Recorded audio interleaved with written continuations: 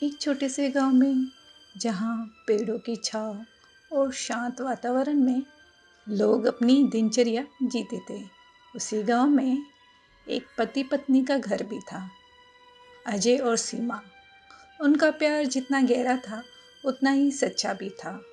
उनका जीवन साधारण था। सीमा के बाल बहुत लंबे और खूबसूरत थे, जो न केवल उसकी सुंदरता का हिस्सा था बल्कि उसकी पहचान भी थी।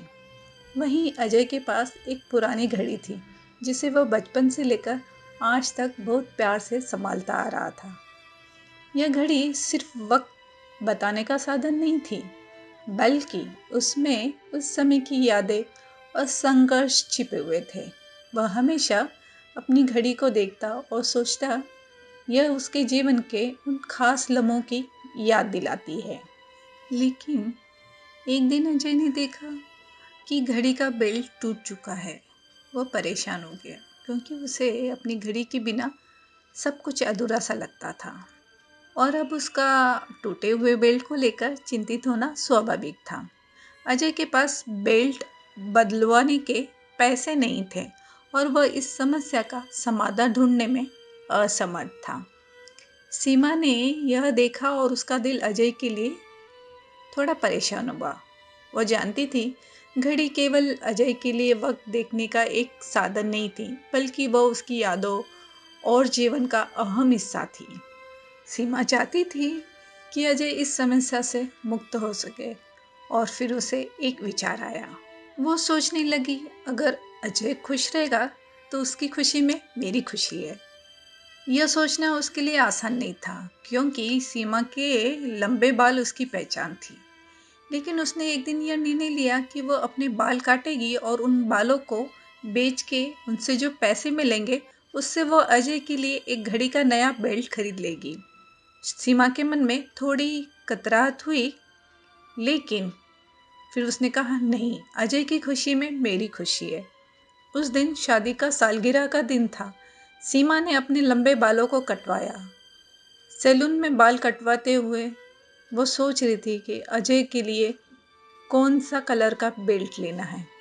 तब सीमा के बाल कट गए और उसने उन पैसों से अजय के लिए घड़ी का एक नया बेल्ट खरीद लिया। उसकी आंखों में हल्की सी मुस्कान थी। वो बेल्ट लेकर घर आती है। वहीं अजय भी सालगिरह पर सीमा के लिए कुछ खास करने की सोच रहा था। उसने देखा कि सीमा के लंबे बाल अक्सर उसके चेहरे पर गिरकर उसे काम करने में परेशानी करते हैं। अजय को यह महसूस हुआ कि वह भी सीमा की मदद कर सकता है, ताकि वह अपनी परेशानियों से बाहर निकल सके। अजय ने अपनी घड़ी बेच दी ताकि वह सीमा के लिए एक सुंदर बाल का क्लिप खरीद सके, जिससे वह अपने बड़े बालों को आराम से बांध सके और किसी भी काम को बिना परेशानी के कर सके। शादी की सालगिरह के दिन दोनों अपने अपने उपहारों के साथ एक दूसरे के पास पहुंचे। अजय ऑफिस से घर पहुंचा।